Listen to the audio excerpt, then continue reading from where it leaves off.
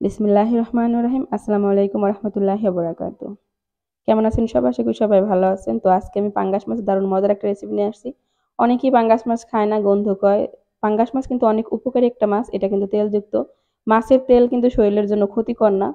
তো আজকে আমি যেভাবে রান্না করছি ঠিক এভাবে রান্না করলে গন্ধও করবে না, আবার যারা খায় না তারাও খাবে। তো এখানে আমি পাঙ্গাস মাছ নিয়ে নিয়েছি আর এই মাছগুলো বাহির থেকে কাটানোর জন্য আমি এই মাছের পিঠগুলো ডলতে পারিনি। সেজন্য আমি গরম পানিতে খুব সুন্দর করে ধুয়ে নিয়েছি আর এখানে লেবুর রস দিয়ে আমি মেখে রাখছি যাতে এই মাছ থেকে কোনো গন্ধ না বের হয়। অবশ্যই কিন্তু লেবুর রস বা হোয়াইট ভিনেগার দিতে পারেন। তো এরপর আমি লবণ হলুদ দিয়ে তারপরে মেখে নিব। মাছটা আমি একটু ভেজে নেব। আর পাঙ্গাস মাছ কিন্তু গরম পানিতে ধুলে কিন্তু দেখবেন একটা বিজলা বিজলা বের হয়। লবণ দিয়ে গরম পানিতে ধুবেন। আর যদি আস্ত মাছ কিনে আনেন তাহলে কিন্তু পিঠটা খুব সুন্দর করে ঘষে নেবেন। আমরা মাছ আস্তটা কিনে আনলে কিন্তু একদম পিঠটা সাদা বানায় ফেলাই ধুইতে ধুইতে, মানে পাতা দিয়ে ডলে। এরপর আমি মাছগুলোকে ভেজে নেব আর এই মাছটা ভাজতে কিন্তু অবশ্যই সাবধানে ভাজবেন। পাঙ্গাস মাছ কিন্তু প্রচুর তেল ছিটে। তো হাত পা সাবধানে রাখবেন, প্রয়োজনে ঢাকনা দিয়ে ঢেকে দিয়ে দিবেন, তারপর ভাজবেন। তা আমি পাঙ্গাস মাছ সবসময় ঢাকনা দিয়ে রাখি যাতে ছিটে না ছিটে। এরপর আমি একটু উল্টে দেব। আমি খুব সুন্দর করে ভেজে নেব। তো আমার কাছে আমি মানে অনেকেই আছে পাঙ্গাস মাছ ভাজা ছাড়াও রান্না করে, তো আমি ভাজা ছাড়া পাঙ্গাস মাছ আবার খেতে পারি না, তো আমি এভাবে রান্না করি। তো আমার মাছটা ভাজা হয়ে গেছে, এখন আমি তুলে নেব। মাছটা তোলার পরে যে তেল থাকবে আমি এই তেলেই রান্না করে নেব। তো দেখুন অনেকটাই তেল রয়েছে, তো আপনারা চাইলে এই তেলটা করতে পারেন। আমি এই তেলের ভিতরে রান্না করে ফেলবো। এখানে দিয়ে দিলাম বেশি পরিমাণে একটু পেঁয়াজ কুচি।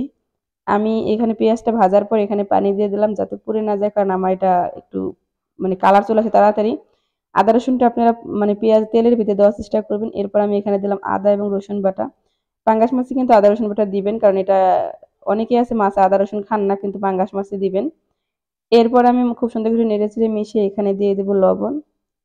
লবণটা দিয়ে আমি খুব সুন্দর করে একটু নেড়েচেড়ে নেব। এরপর আমি বাকি উপকরণগুলো দিব। এখানে আমি দিয়ে দেব মরিচের গুঁড়া ১ চামচ, জিরার গুঁড়া, ভাজা জিরার গুঁড়া দিচ্ছি 1/2 চামচ, 1/2 চামচ ধনিয়ার গুঁড়া ও স্বাদমতো হলুদের গুঁড়া। আমি এখানে 1/2 চামচের মতো হলুদের গুঁড়া দিয়েছি আর সামান্য পরিমাণে একটু গোলমরিচের গুঁড়া দিয়ে দিলাম। আপনারা যতটুকু রাঁধবেন তার উপরে কিন্তু মসলা দিবেন। আপনি যদি বেশি রান্না করেন তাহলে বেশি মসলা দিবেন। এরপর আমি খুব সুন্দর করে মসলাগুলোকে কষিয়ে নেব। এখন আমি একটা ঢাকনা দিয়ে ঢেকে দেবো আর একটু পানি দিয়ে দিলাম যাতে মশলাটা খুব সুন্দর করে কষানো হয়ে যায়।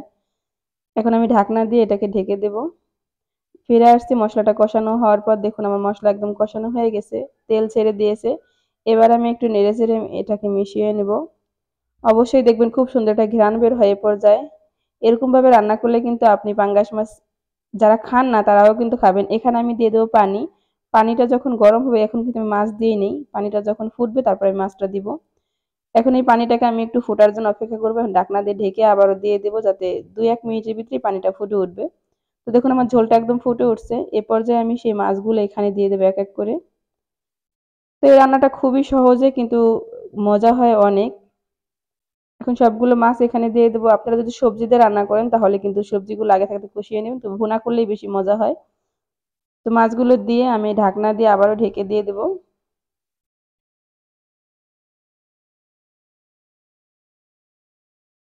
এখানে আমি একটু ফ্লেভারের জন্য দিয়ে দিলাম ৩-৪টা কাঁচামরিচ। কাঁচামরিচটা দিলে কিন্তু দারুণ মজা হয়। এরপর আমি ঢাকনা দিয়ে ৪-৫ মিনিট মাছটাকে রান্না করব। তো দেখুন ঝোলটা আমার অনেকটাই কমে গেছে। একটু নেড়েচেড়ে দেখিয়ে দিতেছি। আমি খুব একটা ঝোল রাখবো না। আমি একদম ভুনা মানে মাখা মাখা করে রান্না করব। এখানে আমি এখন দিয়ে দেবো একটু ধনিয়া পাতা কুচি। ধনিয়া পাতা দিলে কিন্তু আরো বেশি টেস্ট হবে। আমি এখন আরো প্রায় ২-৩ মিনিট একটু লো আঁচে রান্না করব। আর একটু মানে হালকা মাখা মাখা করব। এজন্য ঢাকনা দিয়ে আবারও ঢেকে দিয়ে প্রায় ২-৩ মিনিট রান্না করব। তো চলে আসলাম ২-৩ মিনিট পর, দেখুন মাশাআল্লাহ আমার রান্নাটা একদম রেডি।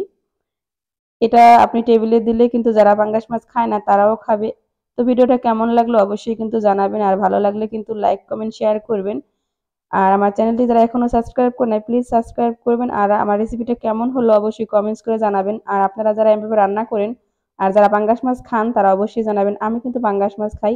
আমার কাছে পাঙ্গাস মাছে কাঁটা কম বলে বাচ্চারা কিন্তু পাঙ্গাস মাছ অনেক পছন্দ করে। আর পাঙ্গাস মাছ কিন্তু আমাদের শরীরের জন্য অনেক ভালো। তেলাপিয়া মাছ, পাঙ্গাস মাছ এইসব মাছ তেলযুক্ত হয় বেশি। তো যারা আমার এই ভিডিওটি ফেসবুক থেকে দেখছেন তারা অবশ্যই লাইক শেয়ার কমেন্ট করবেন। আর আমার ফেসবুকে এখনো ফলো না দিলে অবশ্যই ফলো দিয়ে যাবেন।